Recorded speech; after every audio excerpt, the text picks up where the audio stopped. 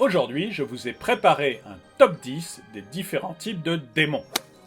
Comme vous vous en doutez, il existe un très grand nombre de catégories de démons. C'est pourquoi j'ai décidé de vous en sélectionner 10 parmi les plus connus. Personnellement, je ne savais même pas que le numéro 5 était un démon. Salut les tortues et bienvenue dans cette nouvelle vidéo de Top Tortue. Comme toujours, n'oubliez pas de mettre un pouce vers le haut, de commenter et de partager cette vidéo, ça aide la chaîne à se faire connaître. N'oubliez pas également de vous abonner et de cliquer sur la cloche pour être prévenu lorsque nous sortons une nouvelle vidéo. Cette vidéo est faite en partenariat avec Amazon Prime Video. Amazon Prime Video vous permet de regarder gratuitement en streaming ou de télécharger des films et des séries populaires top. En cliquant sur le lien dans la description, vous avez le droit à un mois d'abonnement gratuit à Amazon Prime Video. Allez, on commence le top. Numéro 10, les incubes. Les incubes sont des démons particulièrement actifs et sournois qui multiplient les méfaits tout au long de leur vie. Ces démons sont connus pour abuser sexuellement de leurs victimes, le plus souvent des femmes, en les violant dans leur sommeil ou par surprise lorsque celles-ci baissent leur vigilance. Les incubes se présentent habituellement en molécules d'air qu'ils condensent intensément jusqu'à obtenir une forme suffisamment solide et impressionnante pour pouvoir agresser leurs victimes. Pire encore, les incubes peuvent même inséminer les femmes en les agressant sexuellement. Pour ce faire, ces derniers volent la semence reproductive d'hommes avant de les déverser dans le corps de leurs victimes. On peut ainsi considérer que Merlin, Platon, Caïn ou même que Romulus et Rémus sont des enfants de démons. Numéro 9. Les zoonocelles. Les zoonocelles sont des démons mythiques, dont l'apparence physique se trouve au croisement de celui des vampires et des ghouls. Ces démons peuvent prendre diverses apparences, mais leurs pieds ressembleront toujours à des sabots d'âne. Il est raconté que les zoonocelles prenaient l'apparence de femmes charmantes qui offraient l'hospitalité aux marins perdus ou naufragés.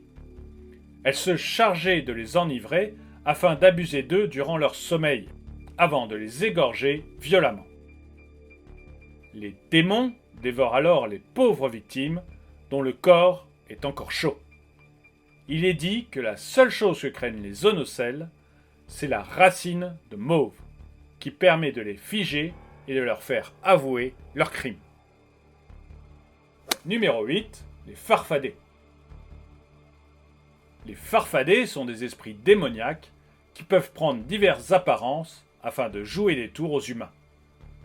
L'imagination populaire a longtemps assimilé, à tort, les farfadets aux lutins et aux fées, alors qu'il n'en est rien. Les farfadets aiment semer la zizanie dans les maisons, en faisant tomber des objets, en provoquant des disputes et des cauchemars.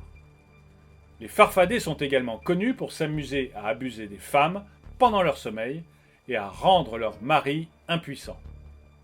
Les nombreux ouvrages et sources d'informations à ce sujet suggèrent de déposer sur le dessus des fenêtres des vases remplis d'eau, afin d'y apercevoir le mouvement des farfadets descendant des nuages pour accomplir leurs méfaits. Et vous, avez-vous déjà entendu parler des farfadets? J'attends vos commentaires. Numéro 7. Les cauchemars.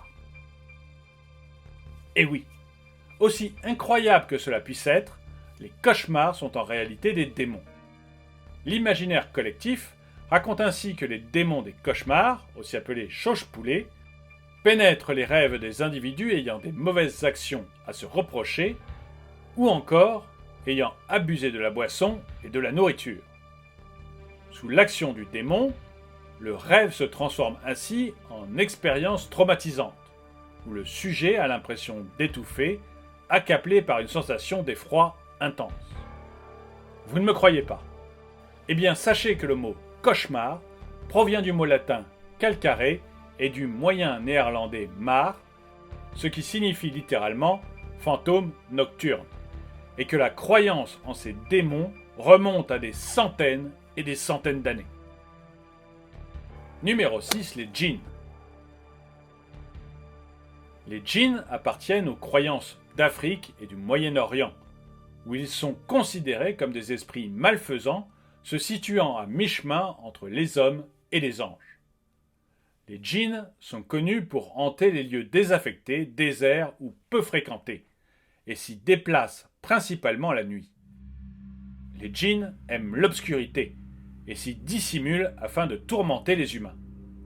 Les djinns peuvent même prendre l'apparence de loups, de hyènes, afin d'approcher les humains plus facilement.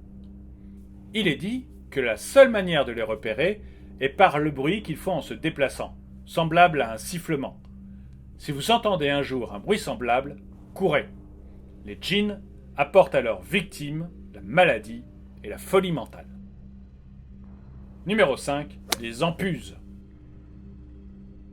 Impossible de faire un top 10 des types de démons sans parler, au moins une fois, des démons féminins dont la présence hante bon nombre de récits au fil des millénaires. Les empuses n'échappent pas à la règle. Il s'agit d'un type de démon méridien dont seul le pied gauche est remplacé par un sabot d'âne.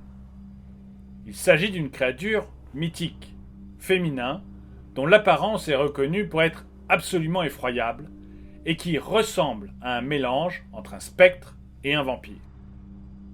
Les empuses prennent un malin plaisir à effrayer les humains et à les tourmenter.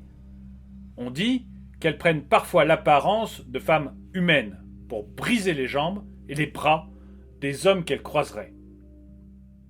En aviez-vous déjà entendu parler? Dites-le moi dans les commentaires. Numéro 4. Les Kobals.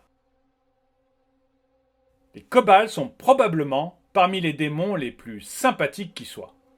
Et oui, c'est possible. Ces démons prennent habituellement la forme d'hommes âgés de petite taille, appelés nains par l'imagination populaire. Toutefois, il s'agit bien de démons, avides d'or et de métaux précieux, qui creusent la terre sans relâche afin de s'enrichir toujours davantage. Les Kobals ne sont pourtant pas dangereux pour les êtres humains qu'ils côtoient, tels que les miniers, avec qui l'entente semble toujours être cordiale, aussi longtemps que les hommes ne manquent pas de respect aux Kobals. Il est d'ailleurs courant de voir des Kobals, ainsi que des ouvriers miniers, travailler main dans la main à la recherche de métaux précieux. Numéro 3. Les satyres. Les satyres sont des démons anciens, dont les premières apparitions datent de l'époque gréco-romaine. Les satyres sont décrits comme des démons hideux, ne ressemblant à rien de connu, ni à des humains, ni à des animaux, ni entièrement dépourvus d'âme. Les histoires racontent qu'il est possible de les croiser en montagne, où ils se déplacent en grands groupes. Il est dit que les satyres jouent des instruments tels que les tambours ou les cymbales afin d'annoncer leur venue. Les rares personnes témoignant de leur existence ont raconté avoir entendu des voix humaines mais désarticulées sortir des formes sombres des satyres. Ces démons sont connus pour danser avec les sorciers et les âmes perdues lors des danses ensorcelées du sabbat. Numéro 2. Les salamandres. Non, les démons appelés salamandres n'ont rien à voir avec les petits reptiles colorés qui passent leur journée à se dorer au soleil. Les démons salamandres sont composés de molécules de feu divin et universelles. Les salamandres sont des compagnons prisés par les sages et les mages, bien que ces démons ne recherchent pas particulièrement la compagnie des humains. Il est dit que ces démons ne peuvent être soumis que d'une seule manière. Pour ce faire, il faut placer au soleil un globe de verre et laisser les rayons de l'astre s'y former en poudre.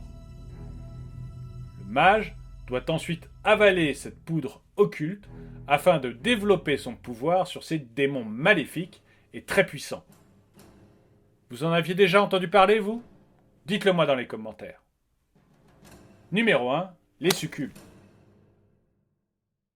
Les succubes sont des démons qui agissent de la même manière que les incubes. Les succubes ont l'habitude de prendre la forme, l'apparence et la voix de femmes charmantes afin de convaincre les hommes d'avoir des rapports sexuels avec elles. Les succubes volent ainsi la semence des hommes et l'injectent dans le ventre des femmes humaines afin de créer des enfants de démons.